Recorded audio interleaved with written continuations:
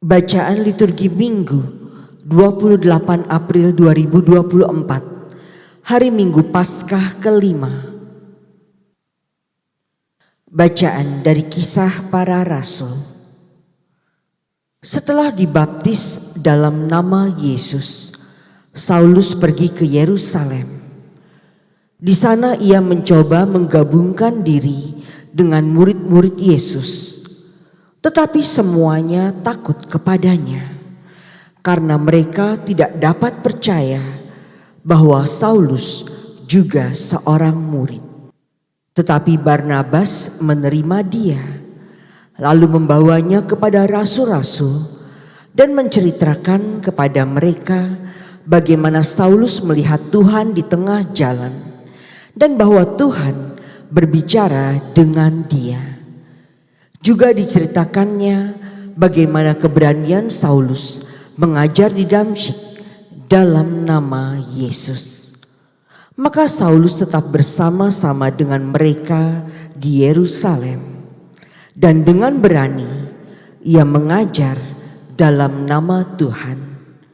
Saulus juga berbicara dan bersoal jawab dengan orang-orang Yahudi yang berbahasa Yunani. Tetapi mereka itu berusaha membunuh dia. Akan tetapi setelah hal itu diketahui oleh saudara-saudara anggota jemaat, mereka membawa Saulus ke Kaisarea dan dari situ membantu dia ke Tarsus.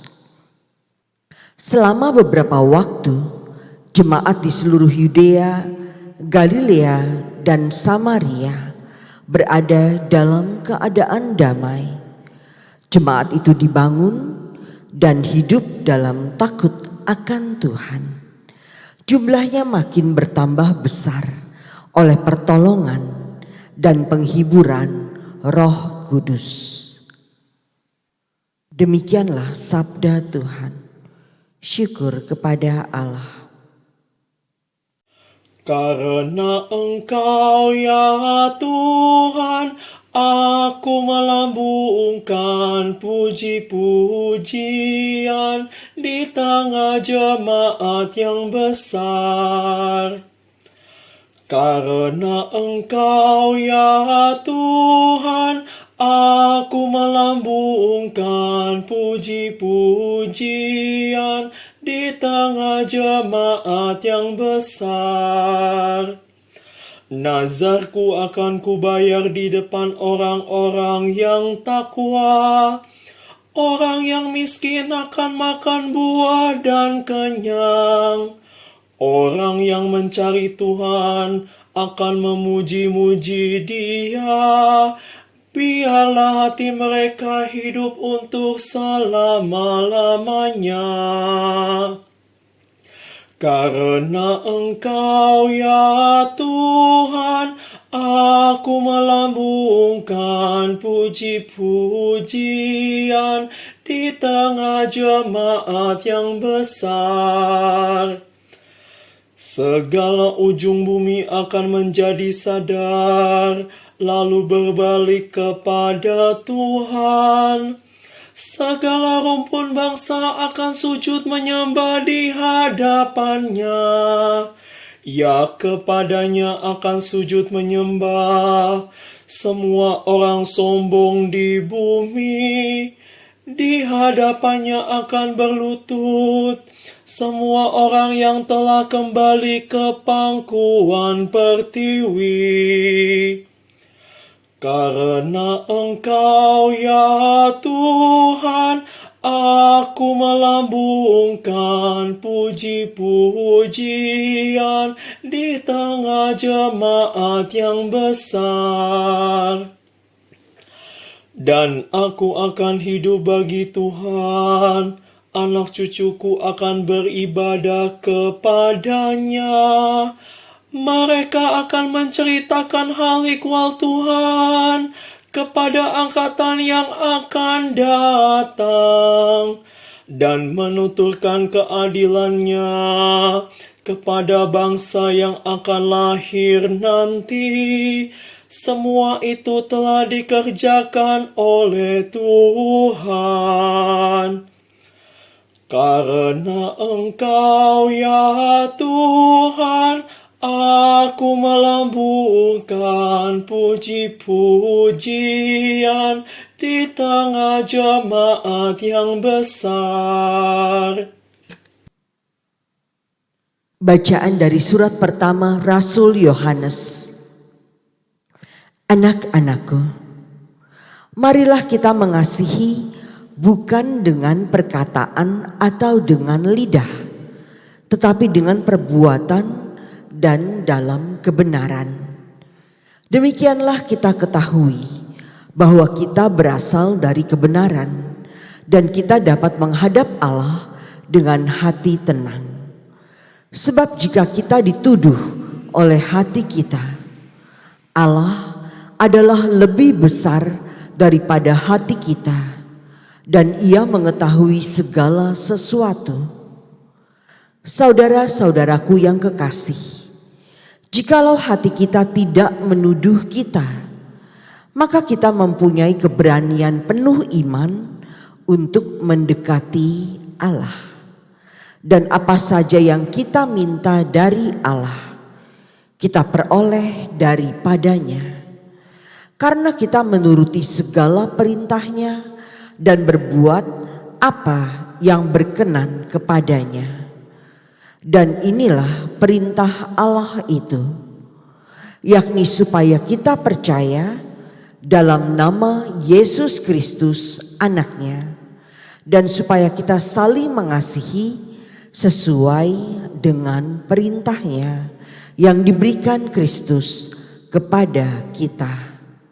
Barang siapa menuruti segala perintahnya, ia diam di dalam Allah dan Allah di dalam dia. Dan beginilah kita ketahui bahwa Allah ada di dalam kita, yaitu Roh yang telah Ia karuniakan kepada kita. Demikianlah sabda Tuhan. Syukur kepada Allah. Haleluya.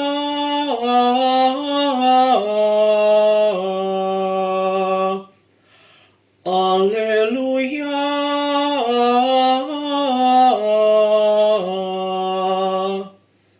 Tinggallah di dalam aku dan aku di dalam kamu, sabda Tuhan. Siapa saja yang tinggal di dalam aku, ia berbuah banyak. Haleluya.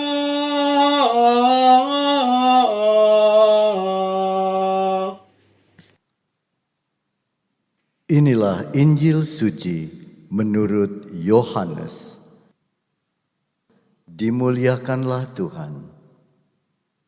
Dalam amanat perpisahannya, Yesus berkata kepada murid-muridnya, "Akulah pokok anggur yang benar, dan Bapakulah pengusahanya. Setiap ranting padaku yang tidak berbuah dipotongnya, dan setiap ranting yang berbuah dibersihkannya, supaya berbuah lebih banyak. Kamu memang sudah bersih karena firman yang telah kukatakan kepadamu. Tinggallah di dalam aku dan aku di dalam kamu. Sama seperti ranting tidak dapat berbuah dari dirinya sendiri kalau ia tidak tinggal pada pokok anggur. Demikian juga kamu tidak berbuah jikalau kamu tidak tinggal di dalam aku. Akulah pokok anggur dan kamulah ranting-rantingnya. Barang siapa tinggal di dalam aku dan aku di dalam dia, ia berbuah banyak. Sebab di luar aku kamu tidak dapat berbuat apa-apa. Barang siapa tidak tinggal di dalam aku, ia dibuang keluar seperti ranting dan menjadi kering.